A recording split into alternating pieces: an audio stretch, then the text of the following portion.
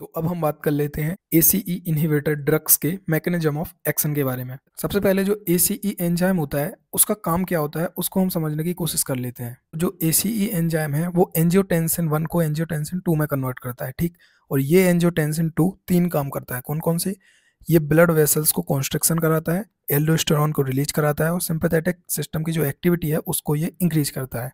अब एक एक करके हम समझ लेते हैं। अगर ये ब्लड वेसल्स को कॉन्स्ट्रिक्शन कराएगा, माना कि ये एक ब्लड वेसल है, इसको इसने कॉन्स्ट्रिक्ट करा दिया, ठीक। इसमें जो ब्लड है, amount of blood, volume of blood है, वो तो सेम ही रहेगा। अगर कॉन्स्ट्रिक्शन करा देगा तो पेरिफेरल वेस्कुलर रेजिस्टेंस है, ये अगर ब्लड वेसल है इसमें कुछ ब्लड पाया जा रहा है तो ये अपने पेरीफेरी पे कुछ फोर्स लगाएगा, कुछ रेजिस्टेंस क्रिएट होगा, ठीक है। इसको हम बोलते हैं पेरिफेरल वेस्कुलर रेजिस्टेंस। अब अगर ये कॉन्स्ट्रिक्ट हो जाएगी तो ये जो रेजिस्टेंस है, ये जो फोर्स है, ये इंक्रीज हो जाएगा। तो जब ये रेजिस्टेंस इंक्रीज हो जाएगा तो ब्लड तेजी से बहने लगेगा। यानी क्या होगा? जब PVR इंक्रीज होगा तो ब्लड प्रेशर इंक्रीज हो जाएगा। एल्डोस्टेरोन जब रिलीज होता है तो क्या होता है? जो सोडियम होता है और वाटर, ये क्या होने लगता है? ये रिटेन होने लगता है अपने ब्लड में। तो ब्लड में सोडियम और वाटर वापस से जब आने लग जाएगा तो क्या हो जाएगा? ब्लड का जो वॉल्यूम है वो इंक्रीज हो जाएगा। ब्लड वॉल्यूम जैसे इंक्रीज होगा तो क्या होगा? ब्लड प्रेशर भी इंक्रीज हो जाएगा। सिंपैथेटिक एक्टिविटी इंक्रीज होगी तो क्या होगा? ब्लड प्रेशर इंक्रीज होगा। अब जो ACE एंजाइम होता है, एंजियोटेंसिन कन्वर्टिंग एंजाइम, इसका डायरेक्ट एक और काम होता है, ये स्टिमुलेट करता है किसको? Degradation of bradykinin. अब ब्रेडिकाइनिन होता क्या है? तो ब्रेडिकाइनिन जो हमारा होता है, ब्रेडिकाइनिन से बनता है क्या? प्रोस्टाग्लैंडिन। और जो प्रोस्टाग्लैंडिन होता है वो होता है क्या? वेसोडाइलेटर, ठीक। अगर ब्रेडिकाइनिन होगा तो प्रोस्टाग्लैंडिन फॉर्म होगा और प्रोस्टाग्लैंडिन वेसोडाइलेशन करेगा और वेसोडाइलेशन से क्या होता है? BP जो है कम हो जाता है। तो यहाँ पे अगर ये स्टिमुलेट कर रहा है डिग्रेडेशन, अब ब्रेडिकाइनिन नहीं बनेगा तो क्या होगा? प्रोस्टाग्लैंडिन भी नहीं बनेगा और प्रोस्टाग्लैंडिन नहीं बनेगा तो वेसोडाइलेशन नहीं होगा, मतलब VP कम नहीं होगा, VP बढ़ेगा। ये इसका काम होता है। अब माना कि कोई हाइपरटेंसिव पेशेंट आया तो उसको आप ACE इनहिबिटर्स दोगे। ACE इनहिबिटर्स दोगे तो इसको कैसे ठीक होगा? ACE इनहिबिटर्स दोगे तो ये जो ACE एंजाइम है ये इनहिबिट हो गया तो एंजियोटेंसिन 2 नहीं बना। एंजियोटेंसिन 2 नहीं बनेगा तो ब्लड कॉन्स्ट्रिक्शन नहीं होगा, BP इंक्रीज नहीं होगा, एल्डोस्टेरोन रिलीज नहीं होगा तो ये सब चीज़ें नहीं होगी और BP इंक्रीज नहीं होगा। अगर ये नहीं होगा तो सिंपैथेटिक एक्टिविटी भी इंक्रीज नहीं होगी, मतलब क्या होगा? ब्लड प्रेशर कम का कम रहेगा, बढ़ेगा नहीं। और ये इनहिबिट हो गया तो ये स्टिमुलेट नहीं करेगा ब्रेडिकाइनिन को डिग्रेड होने से। अगर ये डिग्रेड नहीं होगा तो प्रोस्टाग्लैंडिन और ज़्यादा बनेगा, प्रोस्टाग्लैंडिन बनेगा तो वेसोडाइलेशन होगा, वेसोडाइलेशन होगा तो ब्लड प्रेशर कम हो जाएगा। यानी हाइपरटेंसिव पेशेंट के लिए ये दवाई दे लेते हैं हम। इसके फार्माकोकाइनेटिक्स के बारे में।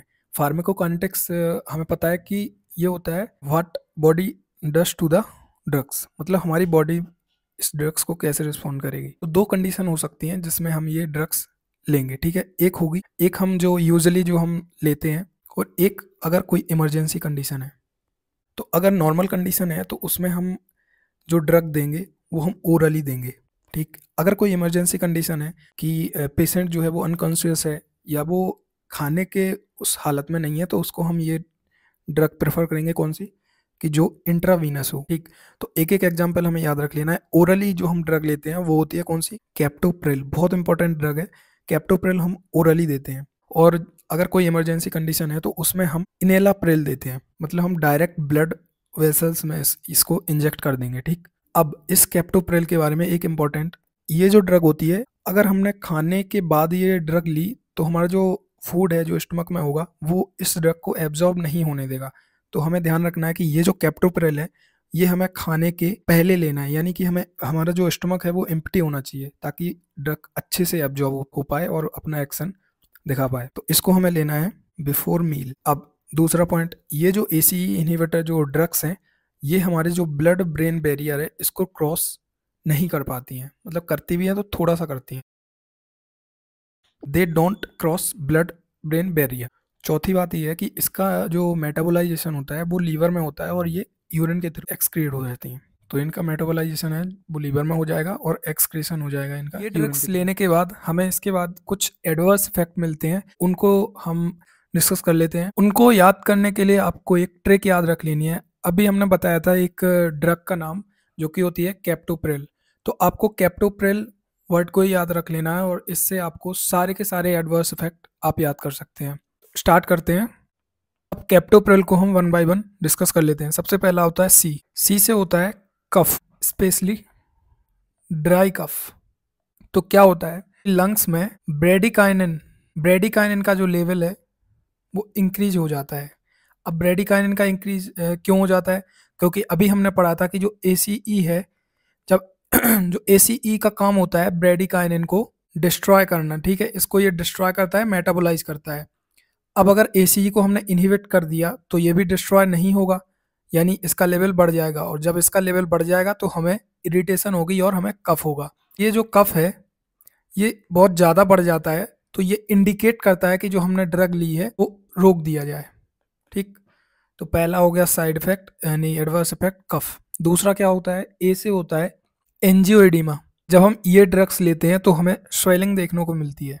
स्वेलिंग कहाँ कहाँ हो जाती है, नोज में हो जाएगी, माउथ में हो सकती है, और हमारे लैरिंग्स में भी हो जाती है, और थ्रोट में भी हो जाती है, और ग्लॉटिस में भी हो जाती है। ये जो स्वेलिंग है ये हमारे ईयर वे में भी हो सकती है, ठीक है, जो हमें बहुत ज़्यादा दिक्कत दे सकती है। और अगर ऐसी कंडीशन आए तो हम ड्रग्स को थोड़ा डिसकंटिन्यू कर देंगे, मतलब थोड़ा लेना बंद कर देंगे। और इन सारे साइड इफेक्ट को रोकने के लिए हम एड्रेनलिन, ग्लूकोकॉर्टिकॉइड, एंटीहिस्टामाइन जैसी चीज़ें उनको दे सकते हैं।